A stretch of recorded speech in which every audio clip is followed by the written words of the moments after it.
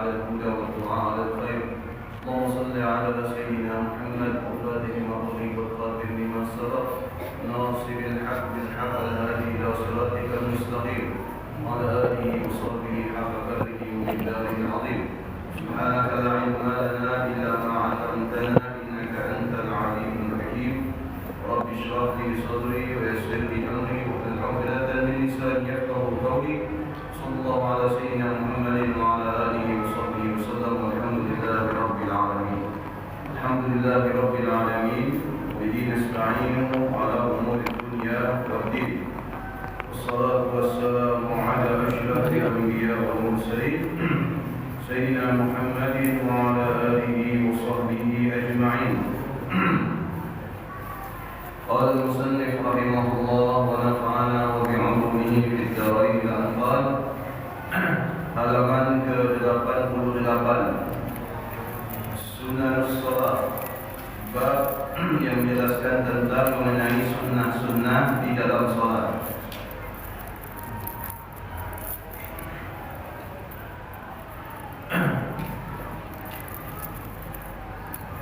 Wa yusannu aidan lil musalli nadru mawdi'i sujud ay sujudihi fi jami'i salatihi walau salata janazatin wa ta'ma wa man fi dhulmatin takunu halatahuma ka halati an-nadhir li mahalli sujudihi li'annahu aqrabu ila al-khusyu' illa 'inda al-ka'bah fayanzuruha. Dan di antara sunnah-sunnah ketika kita melaksanakan salat adalah memfokuskan pandangan kita ke tempat sujud. Memfokuskan pandangan kita ke tempat sujud itu di antara cara agar salat kita itu khusyuk. Ai sujuduhu fi jami'i salatihi, ai sujudihi fi jami'i salatihi. Maka dari awal kita sholat sampai akhir, baik itu dalam keadaan berdiri atau dalam keadaan ruku' atau dalam keadaan i'tidal atau bahkan dalam keadaan sujud atau dalam keadaan duduk di antara dua sujud, maka kita disunnahkan untuk memfokuskan pandangan itu ke tempat sujud. Bukan saja memandang tempat sujud itu hanya ketika kita berdiri, tapi memandang tempat sujud disunnahkan ketika kita berada posisi kita dari awal sholat sampai akhir sholat. Ini hal yang sunnah. Lalu bagaimana dengan memejamkan sholat, memejamkan mata ketika sholat? Memejamkan mata ketika sholat itu melihat keadaan terlebih dahulu. Tidak dianjurkan untuk memejamkan mata ketika sholat, kecuali untuk menghindarkan atau menghindari dari hal-hal yang bisa menjadikan sholat kita itu tidak khusyuk. Misalkan di depan kita ada gambar-gambar yang barangkali gambarnya mengusik, mengganggu pandangan kita, atau barangkali di depan kita ada sesuatu yang tidak enak untuk dilihat, maka dianjurkan untuk memejamkan mata. Tapi kalau misalkan tidak ada, maka tetap lebih utama untuk memfokuskan pandangan ke tempat sujud. Fokus memandang ke tempat sujud, walaupun sholat jenazah. Di sholat jenazah bukan disunnahkan memandang jenazahnya, tetapi memandang tempat sujud.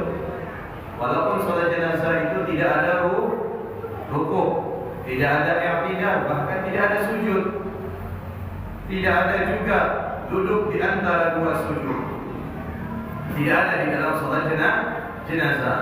Maka sholat jenazah dianjurkan memfokuskan pandangan itu ke tempat sujud. Wal a'ma, kalau misalkan orang yang tidak bisa melihat bagaimana? Buta. Orang yang buta tetap memfokuskan pandangannya ke tempat sujud seakan-akan. Jadi bukan orang buta itu kemudian dia semacam memutar-mutarkan kepalanya seperti ini, enggak. Tapi orang buta sebagaimana orang normal, dia tetap seakan-akan bisa memandang tempat sujud. Bagaimana kalau orang buta? Ya tentu dengan menundukkan kepalanya. Wa man fi zulmatin takunu halatahuma ka halatin nadhir li mahalli sujudihi. Begitu juga kalau misalkan kita sholat dalam keadaan gelap, tidak ada lampu barangkali, atau ketika sholat lampu mati, bagaimana? Maka kita tetap memandang tempat sujud. Lalu Ustaz, macam mana untuk mengetahui perubahan gerakan imam? Maka melalui suaranya imam. Maka suaranya imam itu diperjelas atau diperbesar. Andaikan mati lampu menghalangi kita untuk melihat imam, betul tidak? Maka tidak dengan yang namanya suara. Andaikan mati lampu, tetap pandangan kita itu terhalang kepada imam, tapi tidak untuk suara. Lagi pula kalau kita memandang imam, maka itu dikhawatirkan akan mengurangi rasa khusyuk kita di dalam sholat. Li'annahu aqrabu ila khusyuk. Kenapa kita dianjurkan untuk melihat tempat sujud ketika sholat? Di sinilah para ulama berijtihad memberikan alasan yang kuat bahwasanya itu adalah merupakan aqrabu ila khusyuk, hal yang menjadikan kita itu lebih cenderung untuk mendapatkan kekhusyuan. Jadi kekhusyuan sholat itu bukan dengan membayang-bayangkan sesuatu di luar sholat. Membayang-bayangkan sesuatu di luar sholat, bukan. Khusyuknya sholat itu adalah bagaimana? Yang pertama diantaranya yaitu dengan memfokuskan pandangan kita ke tempat sujud. Karena kalau setiap orang yang membayangkan keadaan di luar sholat itu sebagai tanda khusyuknya sholat, maka sesungguhnya ini jauh daripada hakikat sholat. Karena hakikat sholat itu sendiri adalah dengan apa? Dengan senantiasa memperhatikan dan merenung setiap apa yang kita baca ketika sholat. Jangan sampai di hal-hal di luar sholat seakan-akan bisa menjadikan kita itu khusyuk di dalam sholat. Tidak. Karena kekhusyukan di dalam sholat itu hanya didapatkan di dalam sholat itu sendiri. Karena tidak semua tangisan itu melambangkan kekhusyuan. Tidak semua tangisan itu melambangkan kekhusyuan. Ada misalkan yang nangis sholat, ditanya kenapa? Sedih dia. Musim durian tak boleh makan durian. Benar? Sedih, betul tak? Nangis, kan? Musim durian tak boleh makan durian. Jangan pula dokter melarang ustaz sakit ini dan sebagainya. Nangis. Berarti menunjukkan khusyuknya sholat, kan? Kan? Itu hal-hal di luar sholat dibawa ketika sholat. Jadi supaya kita khusyuk di dalam sholat, maka kita memfokuskan pandangan kita ke tempat sujud. Illa indal Ka'bah, kecuali kata sebagian ulama apa? Kita berada di depan Ka'bah. Kita berada di depan Ka'bah. Di depan Ka'bah berarti di dalam Masjidil Haram. Jika kita berada di depan Ka'bah, berarti kita berada di dalam Masjidil Haram. Masuk Masjidil Haram, depan kita Ka'bah. Nah, kalau kita sholat di depan Ka'bah, maka kita disunahkan memandang Ka'bah. Karena memandang Ka'bah itu berpahala. Memandang Ka'bah itu berpahala. Yang kedua, memandang Ka'bah itu menjadikan mata kita itu mendapatkan kebaikan. Menjadikan mata kita itu mulia. Dan mata kita itu akan bersaksi di hadapan Allah bahwasanya mata ini telah memandang Ka'bah. Dan termasuk orang yang memandang Ka'bah mendapatkan doa daripada doa para nabi-nabi, di antaranya Nabi Allah Ibrahim dan yang sebagainya. Makanya kalau kita melihat imam-imam Masjidil Haram itu, yang mereka kalau imam itu matanya itu kan lurus kan, mereka memandang Ka'bah, ya kan, lebih afdal daripada memandang tempat sujud. Tapi kalau sholatnya depan hotel Zam-Zam, sholatnya depan Darut Tauhid, ya sholatnya di depan hotel-hotel yang ada di sekitar pelataran Masjidil Haram, kemana mata ini memandang? Ke tempat sujud. Ya. Tidak dianjurkan memandang ke tempat lain. Jangan sampai memandang Darut Zam-Zam. Ya. Begini sholatnya. Ya, melihat Darut Zam-Zam saking tingginya, ya kan? Melihat gunung, ya, Jabal Abu Qubais, dilihat seperti itu. Tidak ada pahala.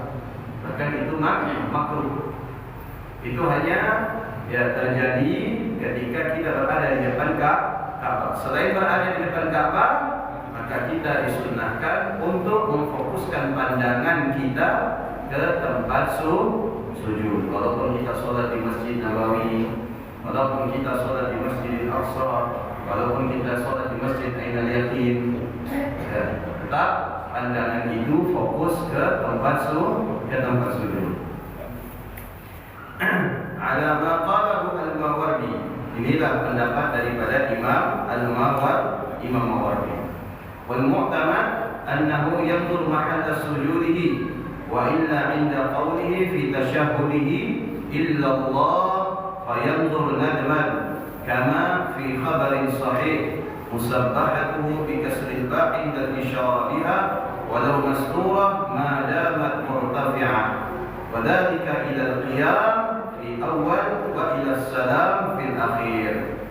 Jadi sebagaimana yang kita sampaikan tadi Bapak Ibu, bahwasanya dari awal sholat sampai akhir kita disunnahkan untuk memandang tempat sujud. Pengecualian itu ada dua. Pengecualian pertama, apabila berada di depan Ka'bah maka disunnahkan memandang Ka'bah. Tapi kalau memandang Ka'bah ini tidak terus-terusan. Maksudnya memandang Ka'bah itu ketika berdiri. Ya, ketika berdiri. Tapi kalau ruku, misalkan kita sholat di depan Ka'bah, jangan ruku sambil memandang Ka'bah. Betul tidak? Kepalanya tegak. Semestinya kepalanya nunduk sama rata dengan punggung. Tidak boleh begitu. Ruku kepalanya tegak memandang Ka'bah. Karena sunnah katanya tidak. Tetap memandang tempat sujud. Begitu juga dengan sujud. Ya, ketika sujud di depan Ka'bah, tetap pandangan itu kemana? Ke tempat sujud. Tempat di mana kita sujud? Bukan ketika sujud sambil memandang Ka'bah. Gimana ceritanya? Benar. Waktu sujudnya pakai dagu. Ya kan? Sujudnya pakai dagu begini. Ya, Anda seperti itu. Jelas ya? Jadi menghadapkan wajah ke Ka'bah itu pada kondisi-kondisi tertentu. Itu yang pertama. Yang kedua, mata ini memandang tempat sujud terkecuali, yaitu yang kedua ya. Yang pertama kan ketika memandang Ka'bah, ya kan, ketika sholat di depan Ka'bah. Yang kedua adalah ketika kita duduk pada saat tasyahhud awal dan tasyahhud akhir. Ya, atau yang kita kenal dengan tahiyat awal dan tahiyat akhir. Nah, kalau misalkan kita duduk tasyahhud awal dan tasyahhud akhir, mata pertama itu memandang tempat sujud. Allahu Akbar. Ini kan duduk tasyahhud awal dan tasyahhud akhir. At-tahiyatul mubarakatuh shalawatu thayyibatu kita baca kan? Nah, mata tetap memandang tempat sujud. Tapi begitu sampai kepada kalimat syahadat, asyhadu an la ilaha illallah, tangan diangkat, maka mata yang semulanya memandang tempat sujud beralih memandang ke telunjuk. Ya, beralih memandang ke telunjuk. Ya, asyhadu an la ilaha illallah. Seperti itu. baik tasyahud awal atau tasyahud akhir. Sampai kapan mandang telunjuk tasyahud ini? Sampai selesai. Kalau tasyahud pertama sampai kepada lafaz Allahumma shalli ala sayyidina Muhammad wa ala ali sayyidina Muhammad. Allahu akbar. Jadi kan, kalau tasyahud akhir, fil alamin innaka hamidum majid. Assalamualaikum. Begitu assalamualaikum, kepala ini dikembalikan ke tempat semula. Ya kan? Kepala ini dikembalikan ke tempat semula. Bukan memandang tasyahud sampai akhir, ini tasyahud akhir ya, bukan memandang sampai kepada tasyahud akhir kemudian langsung salam. Fil alamin innaka hamidum majid. Assalamualaikum warahmatullahi wabarakatuh. Tapi kembalikan dulu pandangan, teruskan dulu. Fil alamin innaka hamidum majid. Assalamualaikum warahmatullahi. Assalamualaikum warahmatullahi. Ya, ingat ini hanya perkara sunnah supaya mendapatkan pahala tambahan kesunahan ketika sholat. Nah, jadi ketika tasyahud, ya tasyahud pertama atau tasyahud kedua, mata yang semulanya memandang tempat sujud itu kita alihkan memandang telunjuk. Ya, ini apa, ibu jari ya? Telunjuk ya. Ini telunjuk, memandang jari telunjuk ya, sambil mengucapkan asyhadu an la ilaha illallah. Pada saat ini juga mata beralih dari tempat sujud ke jari telunjuk. Wadzalika ila al-qiyam fil awal wa ila salam fil akhir. Mata memandang ke tempat sujud, mata memandang ke jari telunjuk itu sampai selesai ya tasyahud awal wa ila salam fil akhir, dan kemudian sampai sampai mengucapkan kalimat salam di tasyahud akhir. Walau bisturatun madamat murtafi'ah. Kalau misalkan perempuan bagaimana Ustaz? Perempuan itu kan tertutup tangannya kan dengan mukena. Ya. Apakah sunnah juga memandang? Sama. Walaupun tangannya tertutup mukena, tetap pandangan itu tertuju kepada telunjuk. Tapi jangan kalau misalkan tertutup, ya supaya dia melihat dibuka, ditarik. Jangan, tarik. Jangan. Ya. Jadi telunjuk tetap diangkat walaupun tertutup mukena, ya maka mata memandang telunjuk. Walaupun tertutup tidak masalah, tetap mendapatkan pahala sunnah. Wa yusannu wa qila yajibu an yaqra fi ghairi salatil mayyit walau 'ala al-qabri walau 'ala al-qabri aw ghaiban du'a al-istiftah sirran 'aqiba ay ba'da takbiratil ihram. Dan diantaranya juga kesunahan di dalam sholat itu ketika sholat adalah ya membaca doa istiftah atau yang kita kenal dengan doa iftitah. Ya, kecuali sholat jenazah. Ya, kecuali sholat jenazah tidak disunahkan. Ya, sholat jenazah Allahu Akbar langsung baca Fatihah. Ya, tidak disunahkan lagi membaca doa istiftah. Kalau misalkan baca, tidak batal, tapi tidak dapat pahala. Apa halnya kalau kita baca tidak dapat pahala juga? Ya, baca lama-lama. Allahu kabira, alhamdulillahi kabira, subhanallahi bukratan wa asila, inni wajhtu wajhiya lilladzi dan seterusnya sampai akhir. Tidak dapat pahala. Karena bukan pada tempatnya.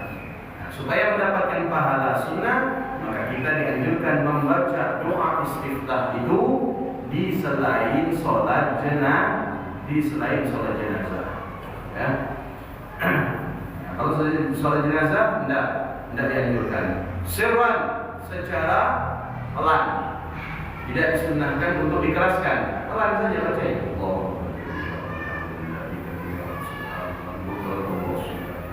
Inni wajhtu wajhiya lillazi fatara as-samawati wal ardi hanifan musliman wa ma kana minal musyrikin.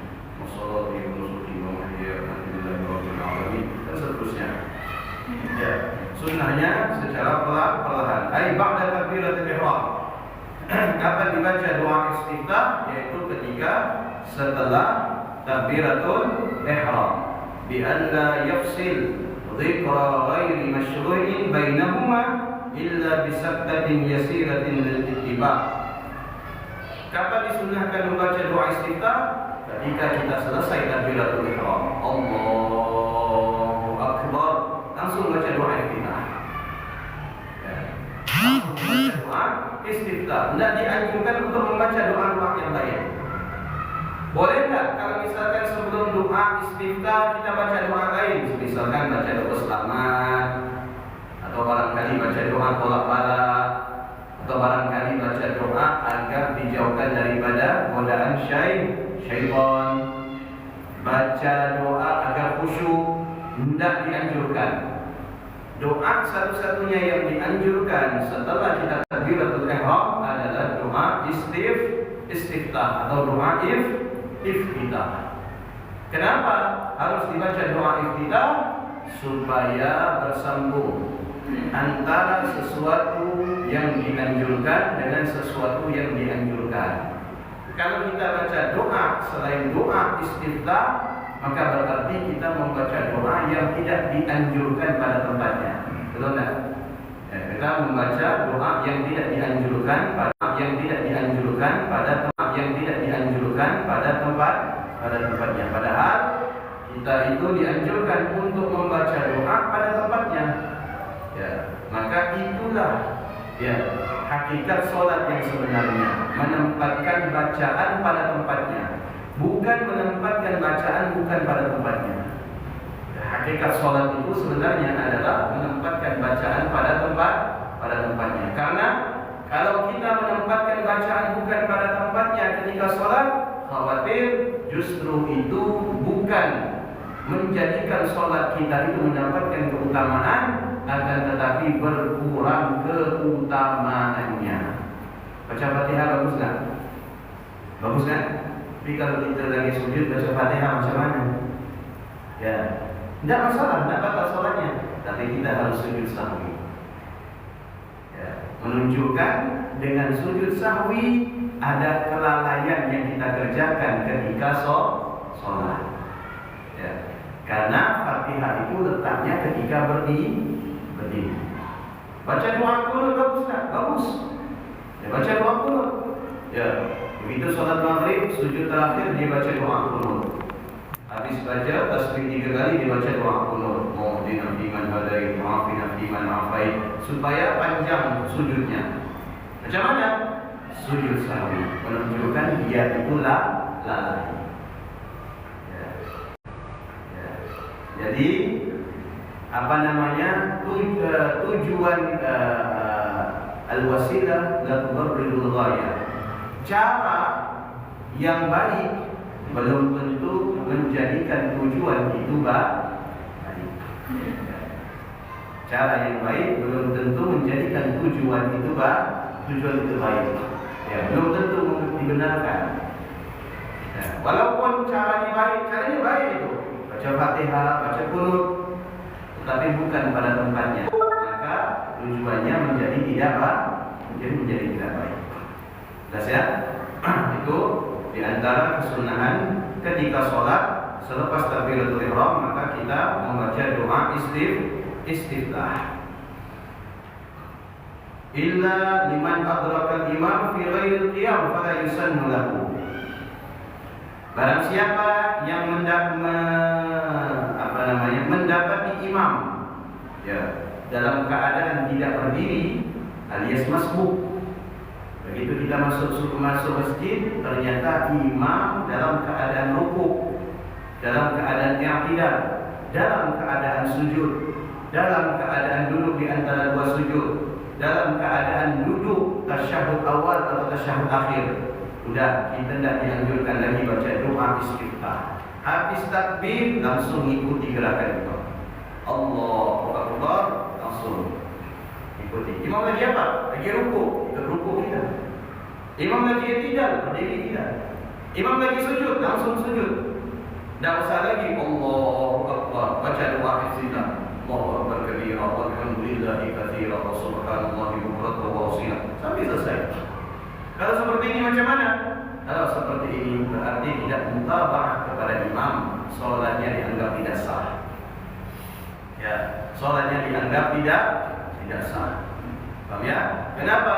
Karena gerakannya bertolak belakang dengan gerakan imam.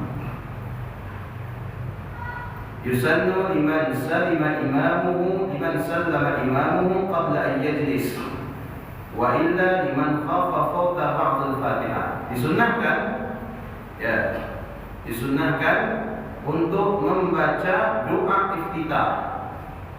Ya, liman sallama imamuhu qabla an yajlis. Disunnahkan untuk membaca doa iftitah, ya, apabila kita itu masih mendapati imam, ya, masih mendapati imam sebelum imam itu merubah gerakan, dan apabila tidak khawatir hilangnya Fatihah. Misalkan saya masuk masjid, imam baca surah Bismillahirrahmanirrahim. Tadi kan imam baca surah apa itu? Al-Kafirun, rakaat pertama, betul tak? Rakaat kedua Al-Ikhlas. Kita masuk rakaat kedua, ya kan? Masuk rakaat kedua, Allahu Akbar, baca surah Al-Ikhlas. Allahus Samad, lam yalid wa lam yulad. Kita baru takbir, Allahu Akbar. Pada saat ini, apakah kita dianjurkan untuk membaca doa istiftah kemudian Fatihah, atau kita langsung baca Fatihah? Nah, langsung baca apa? Fatihah. Tapi kalau kita meyakini imamnya memanjangkan bacaan, maka boleh kita membaca doa istiftah. Ya. Apabila imam memanjangkan bacaannya, maka boleh kita membaca doa istiftah. Nah, kita harus tahu keadaan imam. Jangan sampai kita tahu ini Pak, ini ayatnya surah ini pendek nih, 3 ayat. Lalu kita misalnya baca doa istiftah, Allahu Akbar kabira walhamdulillahi katsiran. Doa selesai imamnya rukuk. Ya enggak? Nah, kalau yang semacam ini memperpanjang bacaannya, kemudian dia tidak segera rukuk mengikuti imam, maka salatnya tidak sah. Ya, salatnya tidak. Kenapa dianggap salatnya tidak sah? Karena pertama jelas, ya, apa?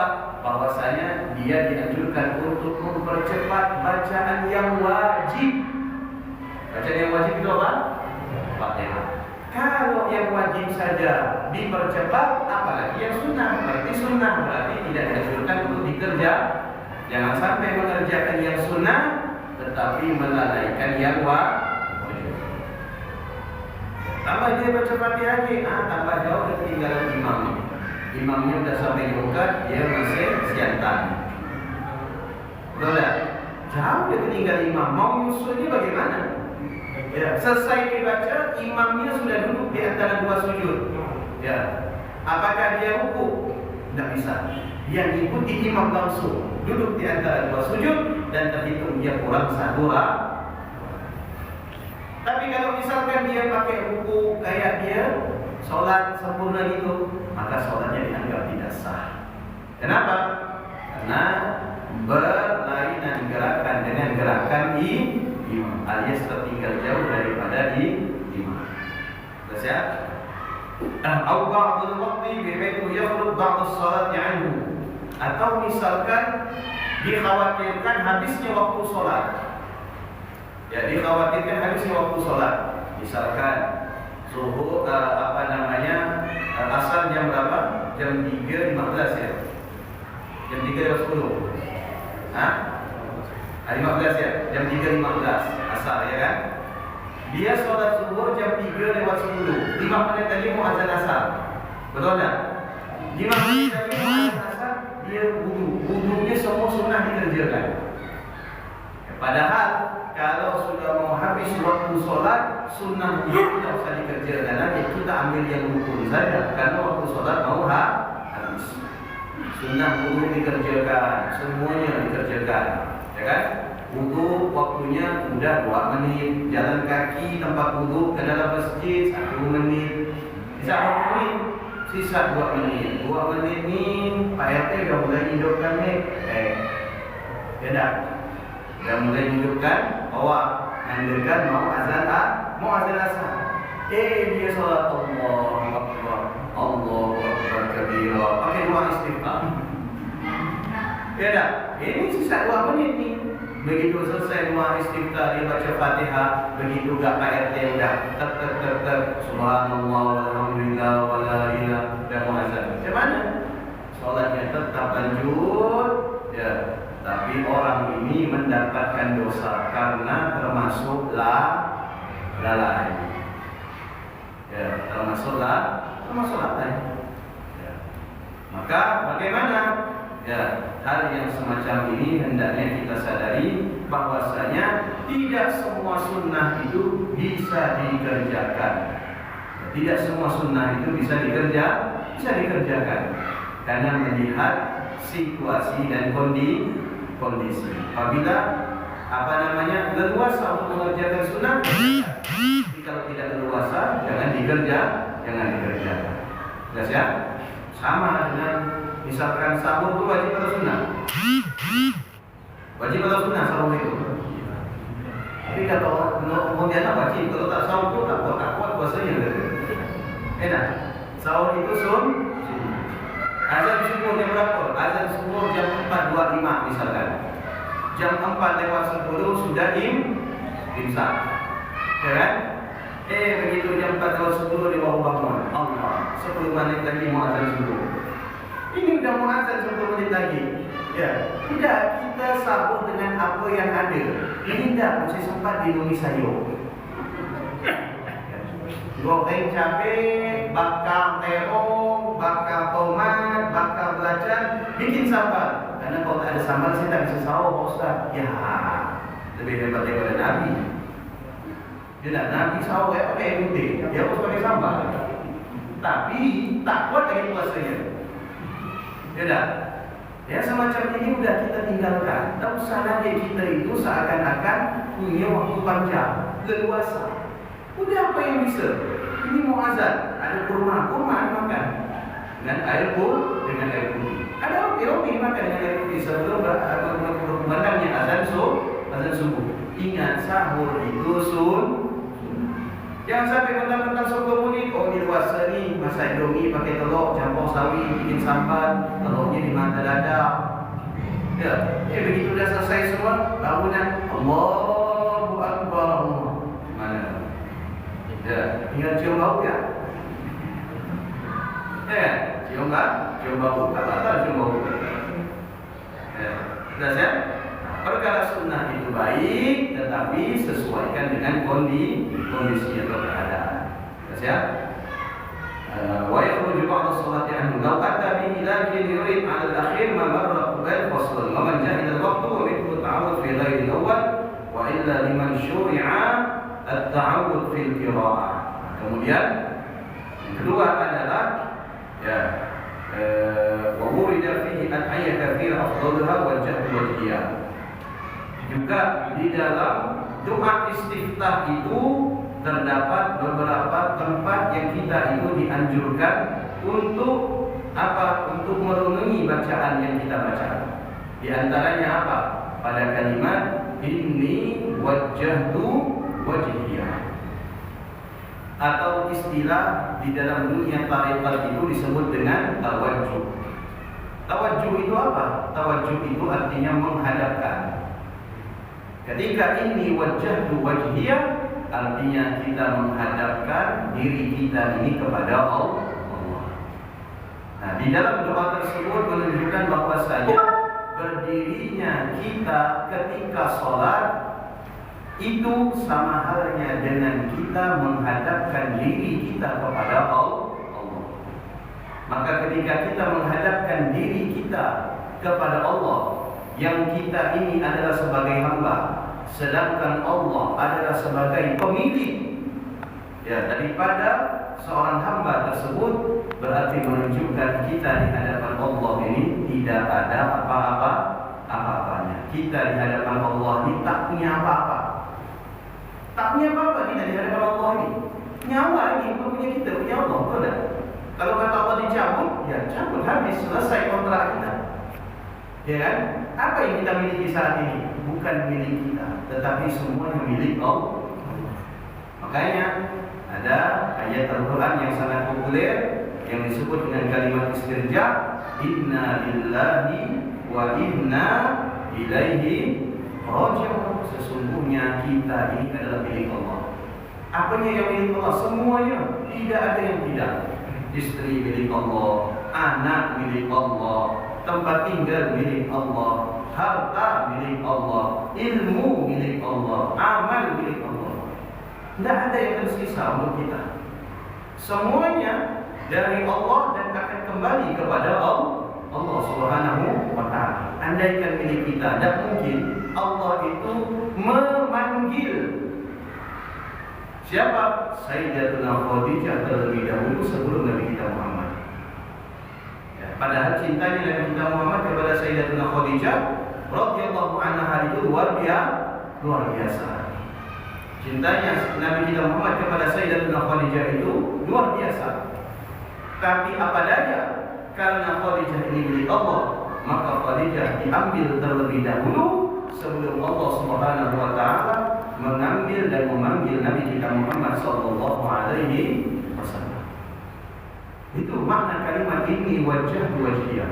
Jadi kalau kita di dalam sholat, jangan sampai kita itu ada sifat merasa memiliki. Ya, apapun, memiliki kemuliaan, memiliki kebaikan, memiliki keagungan, tidak boleh. Kenapa? Karena kalau kita di hadapan Allah merasa memiliki, berarti menunjukkan di dalam diri kita itu memiliki sifat yang namanya egois. Betul tak? Egois sebagai penghambaan. Kita tidak boleh di hadapan Allah itu merasa sifat memiliki. Kita punya amal soleh, kita punya ini, kita punya itu di hadapan Allah. Manakala semuanya itu ya diambil oleh Allah dan kemudian ditolak, apa yang selanjutnya? Tidak ada yang bisa kita miliki selanjutnya. Melainkan kita tidak memiliki apa-apa, tidak memiliki apa-apa.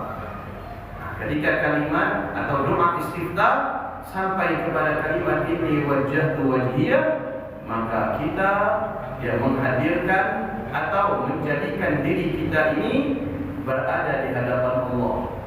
Ketika kita berada di hadapan Allah, berdiri di hadapan Allah, itu laksana berdirinya seorang hamba di hadapan Tuhannya. Berdirinya seorang makhluk di hadapan Sang Khalik. Yang tentunya makhluk sang hamba ini berarti tidak ada apa-apanya di depan Tuhannya atau Sang Khalik. Ila annahu yaqul wa anna minal muslimin badal wa anna awwalul muslimin wa la yazidu imam alaihi adabihi illa in amma mahsurin bi mahallin ghairi matruqin wa qad radu bit tatwil wa lam yaqra ghairuhum wa in qalla huduruhu. Jadi kalau misalkan ini posisi sholat berjamaah ya, maka sebagai imam ingat harus menyesuaikan keadaannya. Jangan sampai menjadi imam itu tidak bijak, tidak menyesuaikan keadaan. Ya. Imam apapun, baik itu imam sholat, imam mimpin acara seperti dimintakan orang baca yasin, baca tahlil dan lain sebagainya. Kita sebagai imam yang dipercayakan oleh orang untuk memimpin suatu ibadah harus menyesuaikan keadaan. Tidak boleh kita pakai cara kita, tapi cara kita ini belum terbiasa di lingkungan oleh orang lain, khawatir akan menimbulkan fitnah. Begitu juga di sini dibahas wala yazidu imam alaihi in adabihi.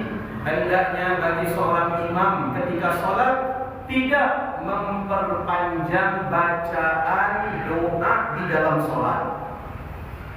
Tidak memperpanjang bacaan doa di dalam sholat. Ini bukan bicara di luar sholat, tapi di dalam sholat. Seperti apa? Seperti doa istiftah. Itu biasanya kan ada tambahan doa. Allahumma ba'id baina khatayaya kama ba'adta bainal masyriq wal maghrib. Betul? Allahumma ighsilni bil ma'i wal thalji. Ya, wa ونقني من الخطاياي كما ينقى الأبيض من الدنس. Doa itu silahkan ditambah, tetapi kita harus menyesuaikan keadaan. Manakala doa itu yang akan kita tambah selain doa istiftah, ya barangkali makmum merasa gusar atau merasa sholatnya bakal lama, tidak usah dibaca. Ya, tidak usah dibaca. Tapi kalau misalkan itu di lingkungan tersebut sudah terbiasa dan makmum juga mengamalkan, silahkan diamalkan, silahkan dibaca. Kenapa? Karena makmum sudah terbiasa. Itu kalau di dalam sholat. Begitu juga di luar sholat. Ya, kita seringkali Pak kalau diundang tahlil, kita mendapati orang yang mimpin tahlil itu ya baca doa semua kaum dia. Pertama kita baca tahlil, semulanya baca apa? Baca Yasin. Sebelum baca Yasin itu kita baca apa? Fatihah. Ini ada baca Fatihah sampai 3 kali. Fatihah ya Alhamdulillah Muhammad sallallahu alaihi wasallam wa alihi wasallam semua. Saya kira sudah selesai Fatihah pertama. Al-Fatihah. Saya dah curiga. Kenapa nama jenazah tadi sebut? Ini jangan-jangan ada Fatihah kedua. Ini manfaatnya kita bisa bahasa apa? Jadi kita tahu bisa nebak apa bacaannya itu kemana. Nama jenazah belum disebut, berarti ada Fatihah kedua. Fatihah lagi, Al-Fatihah lahul-lahul. Fatihah kedua.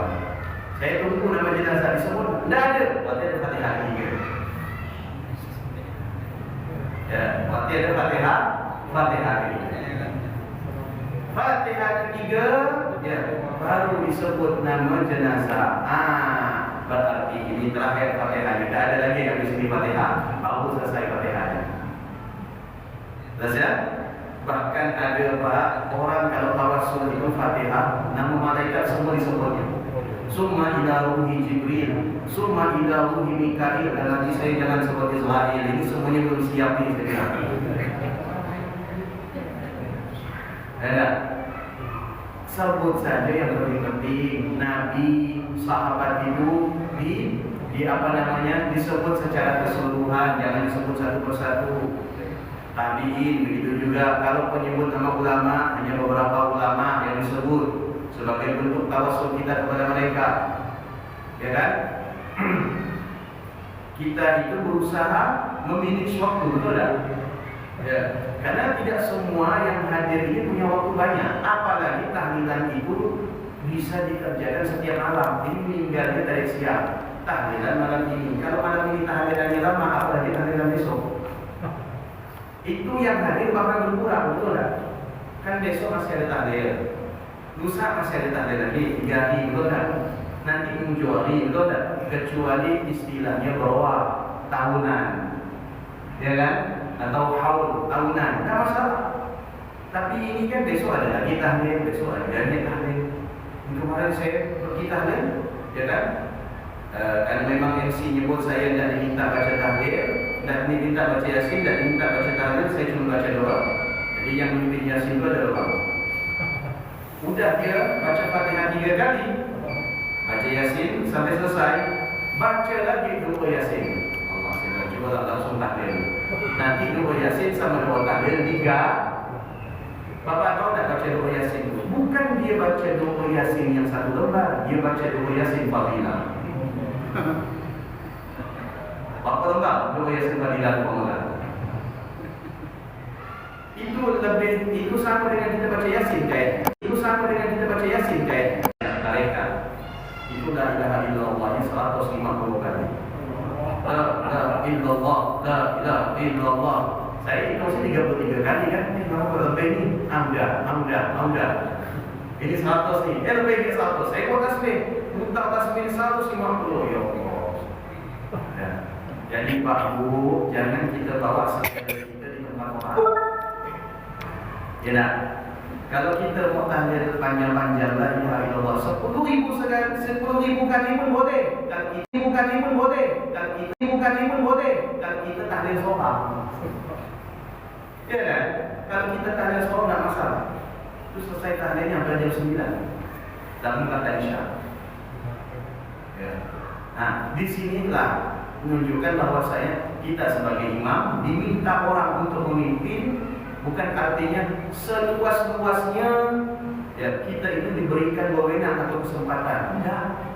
Tapi kita dipercayai, namun di samping itu kita dituntut untuk bijaksana. Udah baca la ilaha illallah 3 kali, betul tidak?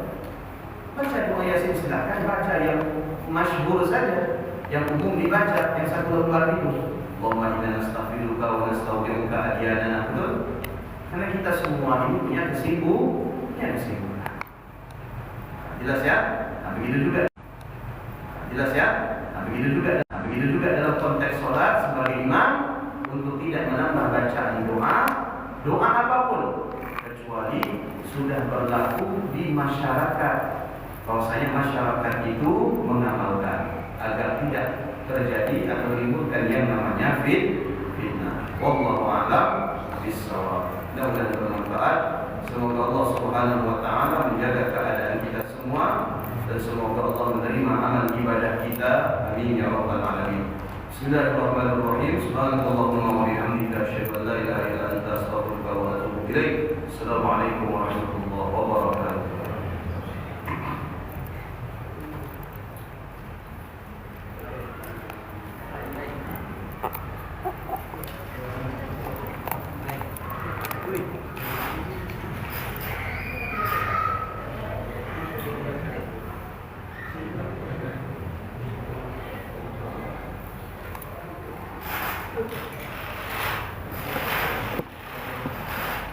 Terima kasihnya sudah hadir di saya